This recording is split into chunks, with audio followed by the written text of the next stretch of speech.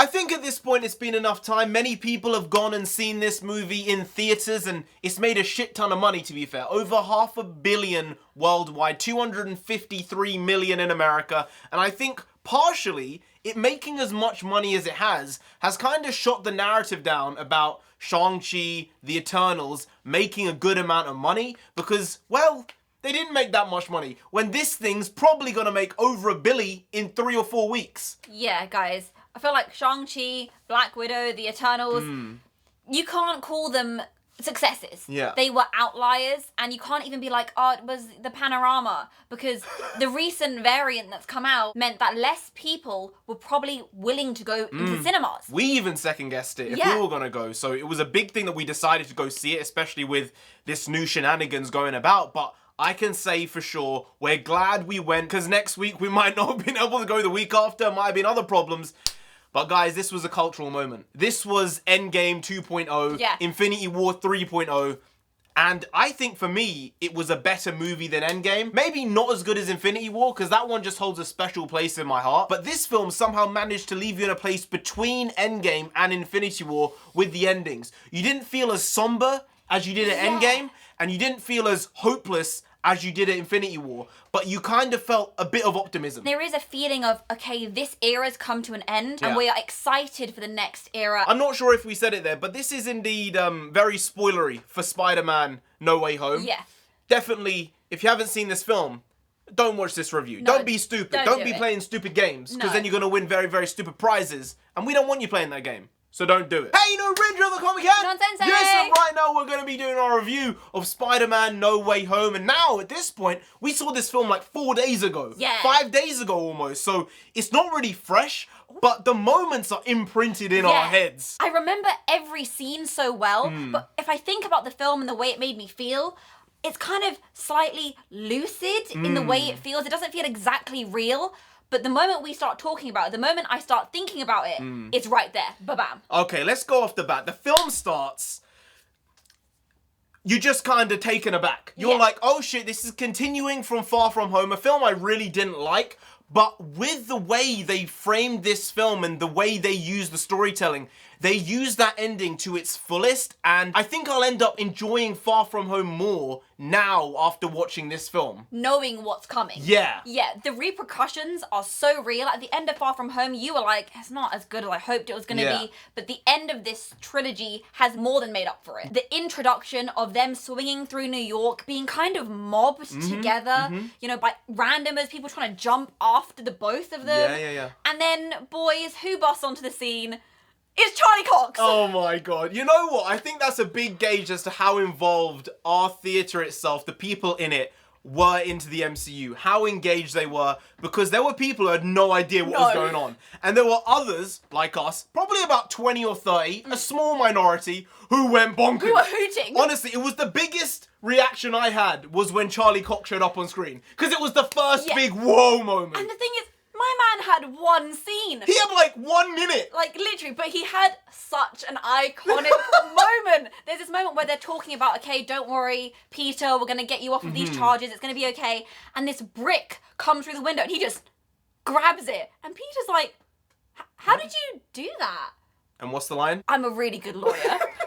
I'm also blind, but let's just forget that stuff. So, Daredevil, my guy, in the MCU, and with the stuff going on with Hawkeye, Kingpin potentially being in the MCU as well, Vincent D'Onofrio. The question is Daredevil gonna show up in episodes 5 or 6 of Hawkeye? I don't know, I'm not expecting it, but it might just happen. So with that laid off, that was 20 minutes in, 25 minutes in, bang. And at that point, you're kind of expecting a couple of other cameos, right? Yeah, we definitely were hoping for other cameos. But the story itself moved on pretty quickly. The idea that Peter being found out as Spider-Man is ruining not just his own life, but his friend's life. And that's what he cares about the most. You know, his friends aren't able to get into the college that they want to, which is MIT, because of the controversy surrounding him.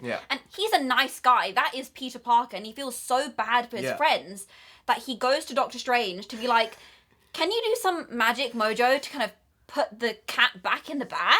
And it was, in fact, Peter who messed it up. Strange was trying to help a little bit. Peter messes up. Also, I'll go one step back there. Doctor Strange is not Sorcerer Supreme. Yeah. I understand what they did there. They said you weren't here for 5 years. Wong became Sorcerer Supreme. But my guys, you can't just bitch Doctor Strange like that, okay? Yeah, He's guys. the guy. He's #1 guy. He's the main man in the MCU now. Guys. Like, you can't have it any other way. I would have said Chadwick Boseman was #1 as Black Panther, but now that he can no longer fulfill that role, I think it has to be Doctor Strange. Yeah, guys, it has to be Doctor Strange. You have to remember, he is the guy who, like, saved the universe. If you're going to put it down to anybody, it's Tony Stark. Yeah. It's Doctor Strange. And who Black was the Widow. third one? Black Widow. Black Widow, yeah. Those three made the ultimate sacrifice in different ways. Yeah. And the repercussions meant that, in the end, finally, the universe was saved. You can't be like, oh, that man doesn't deserve to be the Sorcerer Supreme anymore because of a technicality. Ridiculous. Ridiculous. We still have to see Shang-Chi, to be honest, so I would think that Wong is already Sorcerer Supreme in that, because that's set in between Endgame and this. But there were so many things to go through. I don't know how we're going to manage to put it into this video. The villains, all right? They came through in a very subtle way. They didn't make it overstated, and that was the great thing they did with the Spider-Man as well, because Andrew Garfield, Tobey Maguire are in this movie. It was expected. It was the worst kept secret in cinematic history, all right? The second worst one is that Wolverine is gonna be in an MCU film as well. We'll get to that eventually because of all the multiversal stuff, but the way they introduced the other Spider-Man was so underhanded. They were like, we're not going to give it to you the way you think you're going to get it. Andrew Garfield coming in and attacking Lizard and getting him off of Tom Holland's Spider-Man. No, they just had it so Ned and MJ introduced them into the film. Guys, this was one of the best unexpected moments. Everybody in the cinema was either screaming or grabbing their heads because you could not compute what was going on. Ned, by hook or by crook, ends up with a sling ring. It's actually Doctor Strange's sling ring. We'll get back to how he gets that afterwards. This is just too big. He is goofing around, trying to mimic what Doctor Strange has been doing with these circles, and ends up opening a portal saying, I want to see Spider-Man, I want to see Peter Parker. And then an actual portal opens up, and just in the distance, there's an alley, and there's a Spider-Man, and I'm like, oh my God, it's Tobey. It's Tobey. Yeah. It's Tobey. And who is it? It's Andrew Garfield. Yeah. Yeah, and it got a huge cheer because I feel that the studio looked at certain things in post and said, actually, we want Garfield to come through first, because if Tobey comes through first, Garfield's not going to get any pop. Yeah. Right? Yeah. Because Garfield got a huge pop. Bigger, in my opinion, in our theatre than Tobey Maguire. Yeah. But if Tobey had come through first, Garfield would have got nothing. They were like, look, we have to keep this kind of even. They're both Spider-Men. So we'll give Andrew the introduction, because when Tobey appears, you know people are going to be cheering. And then Tobey appears. It was so Tobey. It was so Tobey. Who's this random old man? And then he turns around like, I just came through this. Oh, it's gone. Oh. It's so ridiculous. It's so memeable. That's such a memeable line. Honestly, it's ridiculous. I'm seeing it. Guys, the reaction in the cinema. You're never going to experience anything like it. Plus, the visuals overall were so well done. If this doesn't win an Oscar for best visuals, I don't know what the hell's going on. Because for me, I would say there's possibly a chance for an Oscar nom here. Yeah, guys. This is cinematic mastery. They wove a story in. There were plot holes, not that many, but somehow they managed to bring cross-universe shenanigans together in a good way. That never happens. And it was so believable. The instances in this film, the characters were all so clear that everything felt right. There was nothing that felt, that's a little bit off, that's a little bit janky. And I would say, for me, this was the best portrayal of Ned and MJ. Even Tom Holland's Spider-Man, I think it was the best from all three of them. And I think that it worked for the first time in any of the films that they've been in together. Because Tom Holland's been good as Spider-Man. But I've never felt that the relationship with MJ was real. I've never felt that the friendship with Ned was 100% real either. This one sold it so well. I said before that we'll get back to how Ned ended up with a sling ring. It's because Peter trying to get this magical box from Doctor Strange. Yeah. And Doctor Strange is like, look, you can't do that. And he pushes both of them into the mirror dimension. Yeah. Peter, being the smart cookie that he is seeing the maths of the mirror dimension around him and ends up trapping Doctor Strange in the mirror dimension. And he's doing it because he doesn't want to kill the villains of his story. That's the reason why he's doing it. He's like, maybe they can change. Maybe there's something to it. And Doctor Strange is like, no, they can't. It's impossible. What are you wasting your time for? You're going to mess shit up even more. Yeah. He's like, no, I need to try, though, because that's Spider-Man. And then it comes to mess him up later on in the film where Aunt May gets killed. And, you know, what did I say? I said there are 2 things that are going to happen in this movie. What were the 2 things? He said that Aunt May was going to get it. I said Aunt May's going to get it and Toby's going to die. And Aunt May got it, and Toby, he almost died. He didn't die. It was heavy. The Aunt May death. The amount of tears that were pouring down my cheek, and it wasn't just me. I'm a very easy crier. Yeah, you heard the crying. Everybody was feeling it, but it was so apparent that it was going to happen. And Aunt May's role in this film was probably the largest role she's had, but it was the best portrayal of Aunt May because she's just trying to help people. She said to Peter, great power comes great responsibility. Yeah. And it was well done from her. It didn't need to be Uncle Ben. She was his Uncle Ben. She's the one who raised him. She's the one who did all that stuff. Uncle Ben was just a footnote in this series, which some people have been annoyed by, and I understand, but I think they kind of explain that through Gwen Stacy being Andrew Garfield's MJ. Yeah. So they're saying there's similarities, really big similarities in the worlds, but there are little nuances that are different. Yeah. And when Aunt May died, it was the fact that she was trying to do the thing that she perceived as right, and generally is probably right.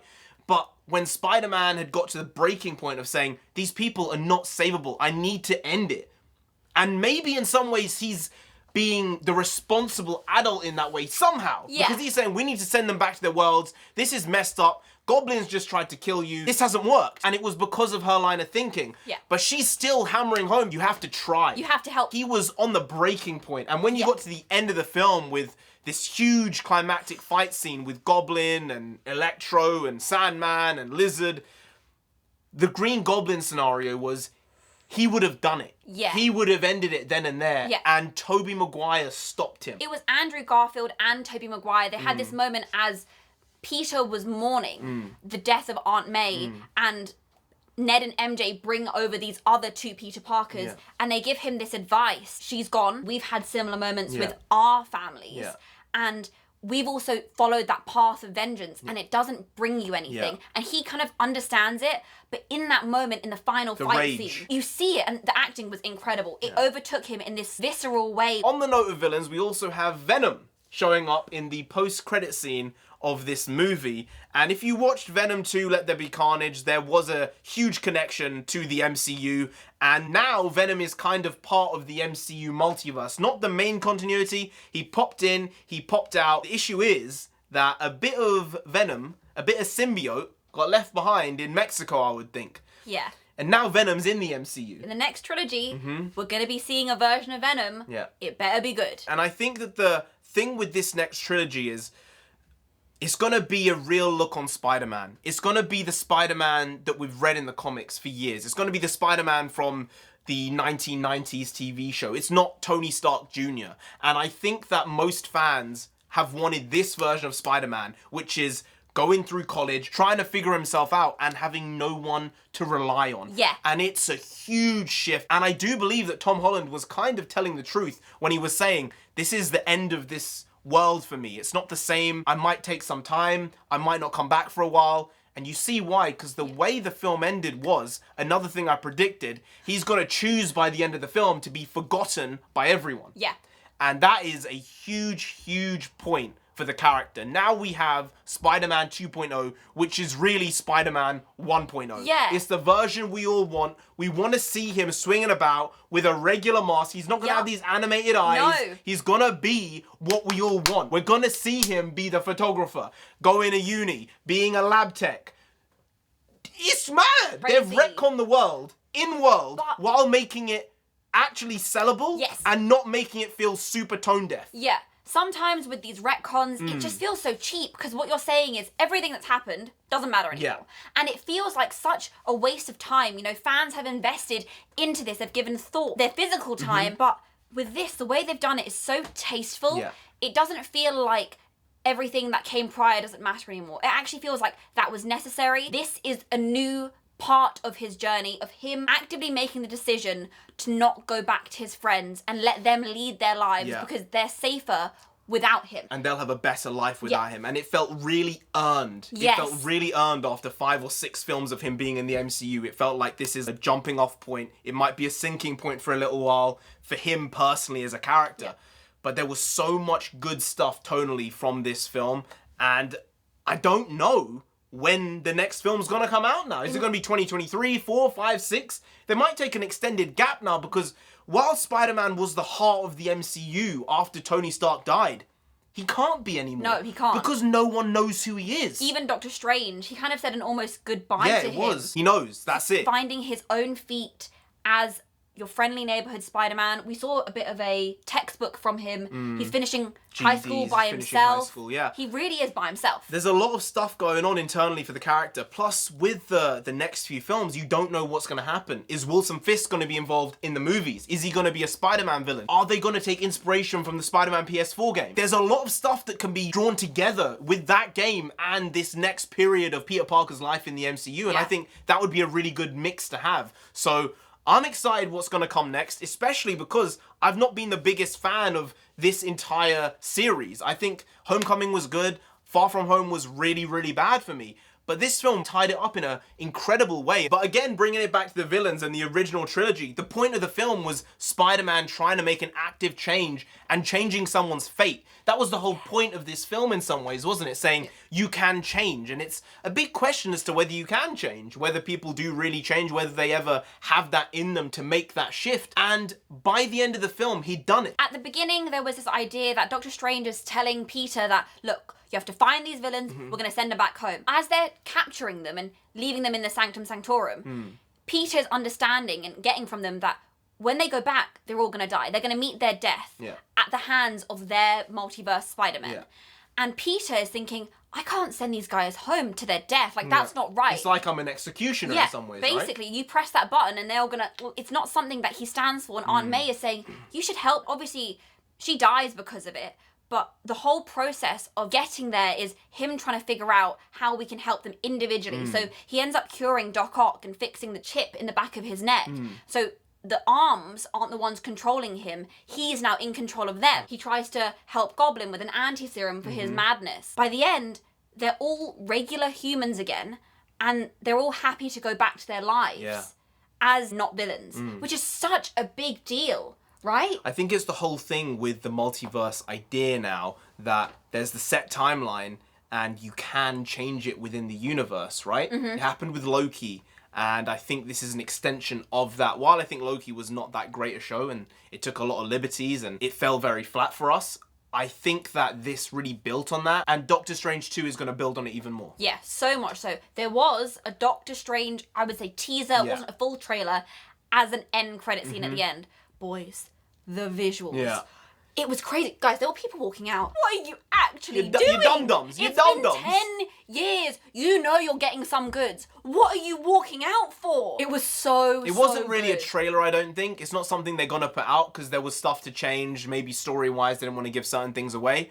But within the next month, 2 months, we're going to get a trailer. And this one is going to be a big boy as well. This is a Billy as well. Doctor Strange 2 is a Billy. This is the sort of film where I'm going to want to see it a couple of times. I want to see this a couple times. I wanted to go back in and watch it again, but, you know, with the variant going on, you can't really do it. Coming up to Christmas, you want to spend time with family as well. Family important. Yeah. So maybe don't go and see the film again this week. But it's something I really want to do. I want to go and see it because there's so much stuff we probably did individually miss in scenes. Yeah. Little snippets, Easter eggs, because it was just overloaded with stuff. Yeah, seeing all 3 Spider-Men going at it, Boys, there was this shot. It was the most delectable shot. They all swung together and that was sick. And then they all landed in their poses in one shot. It's going to become my laptop. Yeah, you're gonna put that there. It has to be. It's huge. It was so sick. It's 20 years of cinema history. This is why, if they ever do bring the X-Men in, and I'm not sure they will to the full extent, but you have to. You have to bring in Hugh Jackman. If this is the case now, it has to happen. Everyone wants it. Something else they managed to do really well with this film is hit the comedy without making it super jarring. Yeah. The MCU does it a lot. Most of the time, it flies under the radar and it's fine. But I feel with the Spider-Man films, it's always just been very hard, on the nose. This one, it was understated. Yeah. They didn't go too heavy with it. And I think they really balanced it out well. In these tense moments where it's a bit much and it's becoming a bit uncomfortable, they just throw in a one-liner, they throw in a goofy comment, and it kind of breaks that intensity that really needs to be there. With this one, it was seamless. There were some comedic moments, the intensity remained, the pressure built in this really steady way. Such a delight to experience and watch. You know, nothing felt off. Oh, the suits as well. Ooh. They looked amazing. They looked as sick. well as the original suits, Tobey Maguire, Andrew Garfield. But the multiple Tom Holland suits, they were all great. They were crazy. The nice. magic suit, the half nano suit as well that we're never going to see again. We're never going to see any of these suits again because now he has a plain ass suit, which is great. But it looked straight out of the comic. It looked shiny so blue. good. Oh, It looked iridescent, right? It looked a bit shiny. It was shiny, but not in like a tacky way. And he literally stitched it together himself. He doesn't have anything. It's very, very big decision making for the character's point of view. Plus, when you look at the MCU overall, there were chances that the Amazing Spider-Man universe would get rolled into the MCU in 2012, 2013, 14. It was only because the Amazing Spider-Man 2 did so badly critically and didn't do that well financially that they pulled out of it. Yeah. Marvel was gonna roll it in, apparently. Can you imagine how different a past 5, 6, 7 years we would have had in the films if it had been Andrew Garfield's Spider-Man? Plus, even before that, if Spider-Man 4 had happened with Tobey Maguire, that might have been rolled into the MCU even before Andrew Garfield's Spider-Man even existed. That is honestly so crazy. You know what I will call, though? I think we're going to get a Spider-Man 4. Do you think a Spider-Man 4 or do you think an Amazing Spider-Man 3? Because I've seen more stuff for Amazing Spider-Man 3, but I want Spider-Man 4 because I think I saw J.K. Simmons talk about Spider-Man 4's script and be like, I really wish we'd got to do it. All those years ago, I saw an old quote and I'm thinking to myself, what was in that? Maybe Sam Raimi came on to do Doctor Strange 2 and they said, we maybe might do Spider-Man 4. So we'll give you this, do this, and Spider-Man 4 might be there for you. Boys. Big stuff. Overall, unbelievable film. Better than I thought it would be. It somehow subverted your expectations in the best way. I'm not a fan of subversion. I think sometimes it comes off very cheap. Yeah. Very, ugh. They worked it well here. And I think I see the John Watts vision now. I'm happy with him doing Fantastic Four. I wasn't happy after Far From Home. I'm like, what are you doing, guys? This guy cannot do the job.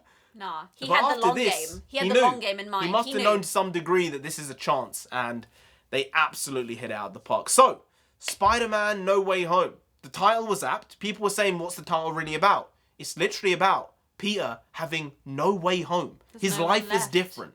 It's completely changed. Happy doesn't know who he is. That end point with them at Aunt May's grave, it was, why are you doing this to us? Why? It was so rough, but at the same time, Peter had kind of come to peace with it himself. He wasn't being like a whiny kid. No. He really aged up. I am so looking forward to the next trilogy, seeing where it's going to go, what we're going to see from Peter. Are we going to get a Gwen Stacy? Yeah. There's going to have to be another love interest. Yeah. I'm thinking it's going to be a Gwen. I cannot wait. And that's so different to where we were a year ago with this franchise. But when you change, and when you make improvements, and when you tell a good story, hey, what more can you ask for? Anyway, guys, if you did enjoy this video, please do like, share, comment, and subscribe to the channel down there if you didn't. Spider-Man himself gonna come after you. You don't know which one it's gonna be. There are so many that we have not even seen on screen yet. You don't want that. Do they want that? No! You really don't, so just subscribe anyway to avoid that. I've been NarendraTheComic. I've been on Sensei. She's been on Sensei. You've been Graham. We'll see you next time. That's tomorrow. If you don't know, make a video every single day. Been doing it every day for over 1,000 days now. We ain't stopping until we get to 10,000 subscribers. So do subscribe. Pop back again tomorrow for some more quality shitty content, because we're hashtag never not here, just how it goes. Also bring the podcast means nonsense in Punjabi. We also bring that. Bring a lot. Bring a little, do a lot, do a little. But we do indeed bring the quality shitty content on a daily basis. So see you tomorrow. More of the same, slightly different, but essentially the very same. Once more. See you then. Skadoosh.